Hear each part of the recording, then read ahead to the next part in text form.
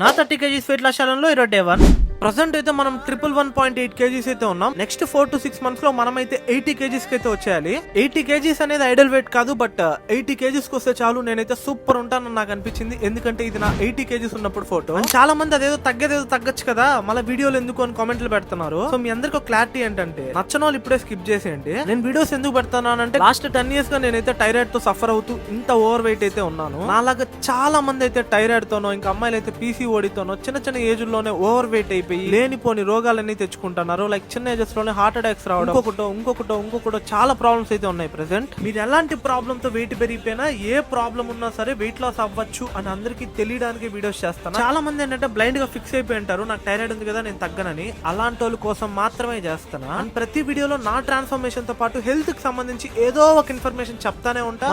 మంచి ఇన్ఫర్మేషన్స్ అన్ని రాబోతున్నాయి, రీసెర్చ్ చేసి మరీ చూపిస్తా. మంచి వీడియోస్ కోసం ఇప్పుడే మన పేజ్ ని ఫాలో అండ్ సబ్స్క్రైబ్ చేసుకోండి. సరే మరి అయితే డే 2 లో మళ్ళీ కలుద్దాం. బాయ్.